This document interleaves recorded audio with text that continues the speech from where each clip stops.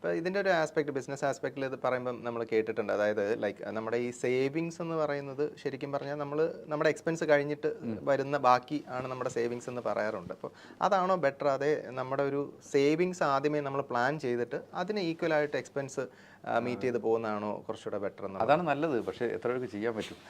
അപ്പോൾ ശരിക്കും നമ്മളിപ്പോൾ ഇവൻ ഞാനും വീഡിയോ ഒത്തിരി പറഞ്ഞിട്ടുണ്ട്, പല ആൾക്കാരും വീഡിയോയിലൊക്കെ ഇഷ്ടമായി പറഞ്ഞിട്ടുള്ള കാര്യമാണ്.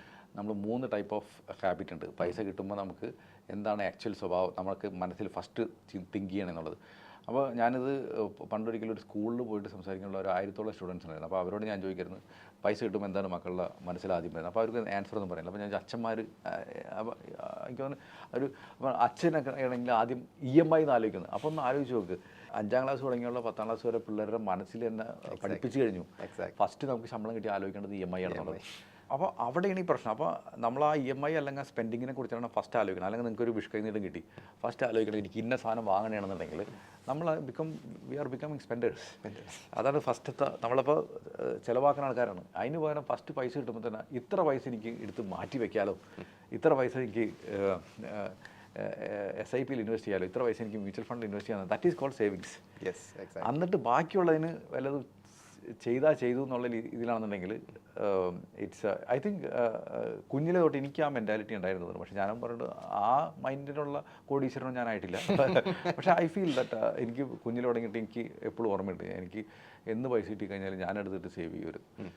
ഞാൻ പറഞ്ഞത് I am talking about my 5-year-old me. പക്ഷേ ഇൻവെസ്റ്റർ എന്ന് പലപ്പോഴും പറഞ്ഞ കാര്യം ഇപ്പോൾ ഉള്ള ആൾക്കാർ SIP പോയി കഴിഞ്ഞാൽ ഇൻവെസ്റ്ററായിട്ട് കൂട്ടണം. അതൊന്നും SIP അതല്ല ഇൻവെസ്റ്റർ കൾച്ചർ എന്ന് പറഞ്ഞാൽ. ഇൻവെസ്റ്റർ എന്ന് വെച്ചാൽ you are putting that money to ensure. ഞാൻ കഴിഞ്ഞ ദിവസം എന്നോട് മോള് ചോദിച്ചു, അച്ഛാ എനിക്കൊരു മണി അഡ്വൈസ് തരാൻ പറഞ്ഞപ്പോൾ ഞാൻ മോളോട് വെറുതെ അപ്പം തോന്നിയത് പറഞ്ഞത്. ഞാൻ പറഞ്ഞത് മോൾക്ക് കിട്ടുന്ന എല്ലാ പൈസയും മോള് സേവ് ചെയ്ത് വയ്ക്കുക, എന്നിട്ട് അതിൽ നിന്ന് കിട്ടുന്ന ലാഭം മാത്രം എടുത്തിട്ട് മോൾക്ക് എന്താണ് വാങ്ങേണ്ടത് വെച്ചാൽ വാങ്ങും. അങ്ങനെ ചെയ്യണമെന്നുണ്ടെങ്കിൽ മോൾക്ക് ഐഫോൺ വാങ്ങാം, ഇത് വാങ്ങാം, അത് വാങ്ങാം. But that iPhone should come from your profit. അപ്പോൾ this is good. I think I should follow this. But you have to wait, അല്ലേ? You have to wait patiently. Yeah, patiently wait. And you don't have to wait too much also for this. നിങ്ങൾ on a regular basis you are investing. I think in next 1 year or 2 year onwards you will get that fruit. അവിടെ നിന്ന് തുടങ്ങിയിട്ട് നമുക്ക് എടുത്തിട്ട് even സിമ്പിളായിട്ട് പറഞ്ഞാൽ ഇപ്പോൾ നമുക്ക് എല്ലാവർക്കും ആഗ്രഹമാണ് ഒരു ഐഫോൺ വാങ്ങണം എന്നുള്ള. 1 ലക്ഷം രൂപ വരും. അപ്പോൾ നമ്മൾ ഈ കഷ്ടപ്പെട്ട് 1 ലക്ഷം രൂപ എത്തിച്ചിട്ട് ഇമ്മീഡിയറ്റ്ലി വാങ്ങണേക്കാളും ഭേദം 1 ലക്ഷം എത്തിച്ചിട്ട് അതിൽ ഒരു 10,000 രൂപയ്ക്ക് ഒരു ചെറിയ ഫോൺ വാങ്ങും. That means your affordability is only that much. അത് കഴിഞ്ഞിട്ട് ഈ ബാക്കി 90,000 രൂപ നിങ്ങൾ ഇൻവെസ്റ്റ് ചെയ്യും. അത് കണ്ടിന്യൂസ് ആയിട്ട് ഇതേമാതിരി ഈ സെയിം എഫേർട്ട് എടുത്തിട്ട് അതിൽ കൂട്ടി ഇൻവെസ്റ്റ് ചെയ്യും. ഒരു 3 കൊല്ലം കഴിയുമ്പോൾ പിന്നെ തുടങ്ങിയിട്ട് എല്ലാ വർഷവും നമുക്ക് വേണമെങ്കിൽ ഫോൺ മാറ്റണമെങ്കിൽ മാറ്റാം, എല്ലാ 3 വർഷം ഐഫോൺ പ്രോഫിറ്റ് ചെയ്തെടുത്ത് വേണമെങ്കിൽ വാങ്ങാം. ഇതെല്ലാം നമുക്ക് പറ്റും. എക്സാക്ട്ലി. ആ ഒരു പ്ലാനിങ് ആണ് ഇതിൻ്റെ ഒരു മെയിൻ സംഭവം, അല്ലേ? അതെ. ബാങ്കിൽ FDs ഇടുന്നത് ചിലർ പറയാറുണ്ട് അത് വലിയൊരു മണ്ടത്തരമാണ്, ചിലർ പറയാറുണ്ട് ഒരു സേഫ് ഏരിയ ആണ്. മണ്ടത്തരം എന്ന് പറയാൻ കാര്യം നമ്മൾ അത്രയും ഒരു ഇതുകൊണ്ട് നമ്മളൊരു ബാങ്കിന് കൊടുക്കുമ്പോൾ വളരെ തുച്ഛമായിട്ടുള്ളൊരു ഇൻട്രസ്റ്റ്, അതായത് നമ്മൾ വേറെ എന്തെങ്കിലും ഇൻവെസ്റ്റ് ചെയ്യുന്നതിന് പകരം ഇങ്ങനെ ചെയ്യുമ്പം വളരെ തുച്ഛമായിട്ടുള്ള ബാങ്കുകാരാണ് വളരുന്നത്, അതൊരു സോ കോൾഡ് സ്കാം ആണെന്നൊക്കെ പറഞ്ഞ് കേട്ടിട്ടുണ്ട്. അപ്പോൾ അതിൽ എത്രത്തോളം വാസ്തവം ഉണ്ടെന്ന് എനിക്കറിയില്ല. അതിനെക്കുറിച്ച് എന്താണ്?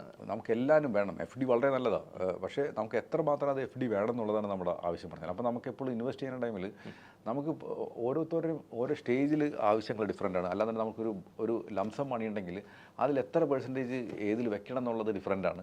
അപ്പോൾ ഇതെല്ലാവരും നമ്മൾ മനസ്സിലാക്കിയിട്ട് വേണം നമ്മൾ എപ്പോഴും നമ്മൾ ഇൻവെസ്റ്റ് ചെയ്യാനായിട്ട്. അപ്പോൾ ഇപ്പോൾ ഒരാളെടുത്തൊരു കിട്ടുന്ന ശമ്പളം ആ മാസം തന്നെ തീർന്നു പോകുന്ന ഒരാളാണെന്നുണ്ടെങ്കിൽ ഇനീഷ്യലി FDയോ അല്ലെങ്കിൽ ഡെറ്റ് ഫണ്ടിൽ മാത്രം ഇട്ടിട്ട് ഒരു 6 മാസത്തേക്കുള്ള എക്സ്പെൻസ് അതിൽ മീറ്റ് ചെയ്യുക. അതാണ് എമർജൻസി ഫണ്ട്. അതിന് ഈ FD പോലത്തെ അല്ലെങ്കിൽ ഡെറ്റ് ഫണ്ടേ പാടുള്ളൂ. ഇനി അത് കഴിഞ്ഞിട്ടുള്ള എക്സ്ട്രാ പൈസയാണ് ശരിക്കും പറഞ്ഞാൽ നമ്മൾ മ്യൂച്വൽ ഫണ്ടിലേക്കൊക്കെ നമ്മൾ ആലോചിക്കേണ്ടത്. അല്ലാണ്ട് ഡേ 1 തുടങ്ങിയിട്ട് മ്യൂച്വൽ ഫണ്ടിൽ ഇപ്പോൾ ഒരു സ്മോൾ ക്യാപ്പിൽ അല്ലെങ്കിൽ ഡിഫൻസ് ഫണ്ടിൽ നല്ല റിട്ടേൺ പാസ് പെർഫോമൻസ് ഉണ്ടെന്ന് പറഞ്ഞ് കൊണ്ടുപോയിട്ട് ഇൻവെസ്റ്റ് ചെയ്യലല്ല വേണ്ടത്. അപ്പം ആ ഒരു ഓരോരുത്തരുടെയും റിക്വയർമെൻ്റ് അനുസരിച്ചിട്ട് നമ്മൾ ചെയ്യാന്നുള്ളതാണ് നമ്മൾ ചെയ്യേണ്ടത്. അതിൽ തന്നെ ഈ ഗുഡ് ഡെറ്റും ബാഡ് ഡെറ്റും ഉണ്ടല്ലോ, ശരിക്കും അതെങ്ങനെയാണ് ഡിഫറൻഷിയേറ്റ് ചെയ്യാൻ പറ്റുന്നത്? ലൈക്ക് ബാഡ് ഡെറ്റ് എന്ന് പറയുന്നത് ആക്ച്വലി നമ്മൾ സാധാരണക്കാർ അങ്ങനെ ചിന്തിക്കാറില്ല എന്ന് തോന്നുന്നു. ഒരു ലെയ്മാൻ തോട്ട് പ്രോസസ്സിൽ ഡെറ്റ് എന്നുള്ളൊരു ഐഡിയോളജി മാത്രം. എന്ത് സാധനം നമ്മൾ കടമെടുത്ത് വാങ്ങുന്നു അതിൻ്റെ വാല്യൂ അപ്രീഷിയേറ്റ് ചെയ്യാൻ ചാൻസ് ഉണ്ട്. അങ്ങനെയാണെങ്കിൽ ഗുഡ് ഡെറ്റ്. അല്ലെങ്കിൽ ആ വാല്യൂ ഡിപ്രീഷിയേറ്റ് ചെയ്യണമെങ്കിൽ ഓഫ് കോഴ്സ് ബാഡ്. ഇപ്പം നമ്മൾ അപ്പോൾ അങ്ങനെയാണെങ്കിൽ ഞാനൊരു കാര്യം ചോദിച്ചോട്ടെ, നമ്മൾ FD ഇൻവെസ്റ്റ് ചെയ്യുന്നു എന്ന് പറയുന്നു, അല്ലെങ്കിൽ നമ്മുടെ ആ ഒരു ഇൻവെസ്റ്റ്മെൻറ്റ് അതിന് ഈ ലോങ് ടേമിൽ പോകുമ്പോൾ ഉള്ളൊരു ലൈക്ക് ഒരു ഇൻഫ്ലേഷൻ അതിനെ അഫക്റ്റ് ചെയ്യുന്ന രീതിയിൽ ഇൻഫ്ലേഷൻ ഒട്ടും ബീറ്റ് ചെയ്യില്ല FD ബീറ്റ് ചെയ്യില്ല. ഇപ്പോൾ നമുക്ക് എൻ്റെ അടുത്ത് ഇപ്പോൾ ഒരു കോടി രൂപ ഉണ്ട്, എനിക്ക് അടുത്ത വർഷം മോളെ കല്യാണം കഴിപ്പിക്കേണ്ടതാണ്. അപ്പോൾ എനിക്ക് കൃത്യമായിട്ട് ഡേറ്റ് അറിയാം, FD ഇട്ടാൽ മതി. അത് തുടരുത്.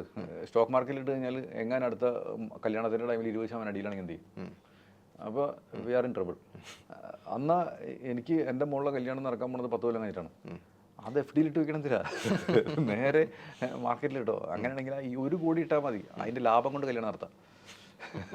ലാഭം കൊണ്ട് മാത്രം, ക്യാപിറ്റൽ നിങ്ങളുടെ കയ്യിൽ വയ്ക്കാൻ ചെയ്യും. അപ്പോൾ ഇതാണ് നമ്മൾ ആലോചിക്കേണ്ട കാര്യം. ഇൻഫ്ലേഷൻ എവിടെയാണ് സാധാരണക്കാരനെ അഫക്റ്റ് ചെയ്ത് വരുന്നത്? അവൻ്റെ സേവിങ്സിൽ എവിടെയാണ് അത് അഫക്റ്റ് ചെയ്ത്? ഇൻഫ്ലേഷൻ വെച്ചാൽ വളരെ സിമ്പിൾ അല്ലേ ശരിക്കും പറയാം. ഇൻഫ്ലേഷൻ 2 ഇൻഫ്ലേഷൻ ഉണ്ട്. ഒന്ന് നമ്മൾ പത്രത്തിൽ കണ്ടഡ് ഇൻഫ്ലേഷൻ, 2 പേഴ്സണൽ ഇൻഫ്ലേഷൻ.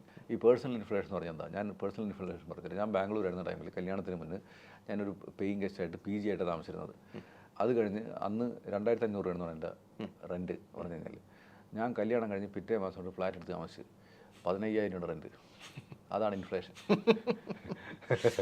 ഓക്കെ, മനസ്സിലായില്ലേ?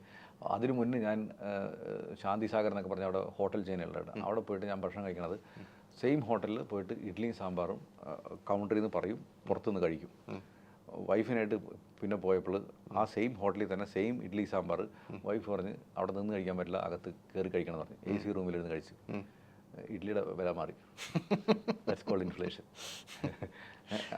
അപ്പോൾ ഇപ്പോൾ ഇന്ന് നമ്മൾ പറഞ്ഞ് നമുക്ക് നമ്മൾ പഠിച്ചപ്പോൾ BCom മതിയായിരുന്നു, അല്ലെങ്കിൽ ഞാൻ പഠിച്ചപ്പോൾ BBA മതിയായിരുന്നു. എൻ്റെ മോൾക്ക് BBA പറ്റില്ല, ചിലപ്പോൾ എന്തെങ്കിലും വലിയ മൾട്ടിമീഡിയ അല്ലാന്നുണ്ടെങ്കിൽ IAയുടെ കോഴ്സ് പഠിക്കണം. അപ്പോൾ ആ ഫീസ് എത്രയായിരിക്കും? അല്ലെങ്കിൽ ഞാൻ പഠിച്ചത് ചിലപ്പോൾ എൻ്റെ നാട്ടിൽ തന്നെയുള്ള കോളേജിലായിരിക്കും, മോൾക്ക് US പോയി പഠിക്കണമെന്ന്. That's inflation. യെസ്.